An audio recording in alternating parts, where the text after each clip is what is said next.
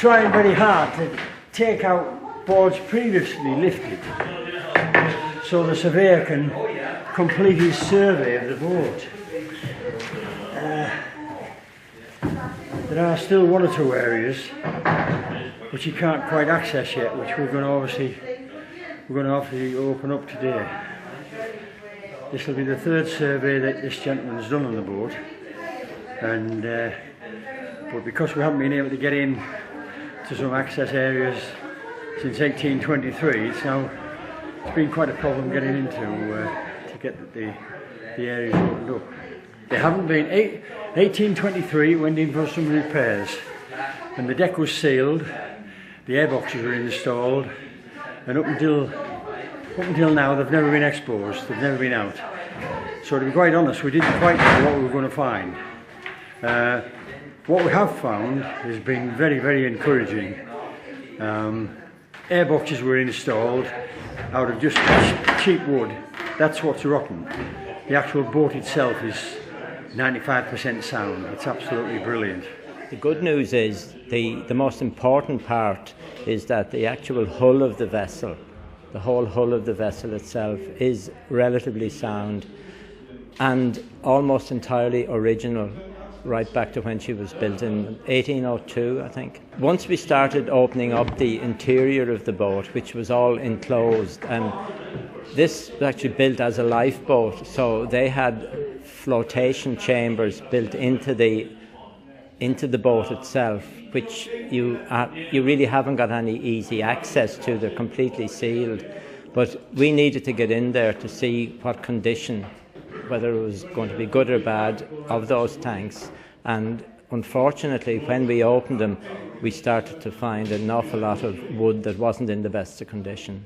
And what's happened, because the underside hadn't been tread, the condensation was hanging underneath, and in actual fact the wet rot has been created inside the chamber.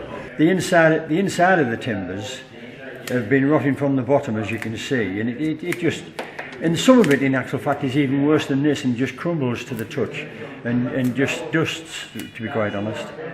So I think the actual quality of the work itself done was in the context of the times, and it was all right, but it was the materials used, the internal wood used for creating some of these flotation chambers was really very poor quality wood, not really suited long term for use in a wooden boat on the water.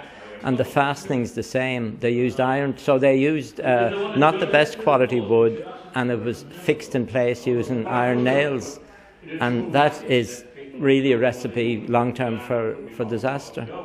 I'm in the happy situation where I won't actually be doing the work on this boat, but I have done work like this, and even on boats in much worse condition, and it's a mixture. It can be enjoyable because at the end of the day you're sorting it and you have it back in good condition, but there will be an awful lot of work to do. Not helped at all by the coating on the boat inside, which is tar, and it's not the very best of materials to work with. It'll be a tedious process a little bit, because at the end of the day the whole aim of conserving something that's old and important is to try keep and save as much of the original structure as possible. Now, the largest part of the original structure is the boat itself, is the actual hull of the boat, which is the boat. And what we're looking at that needs to be replaced are just some internal parts of it that we believe are not original to when it was first built. Well, it's got holes in the floor because it's quite a unique boat with a very, very curved keel and very low amidships when it's in the water.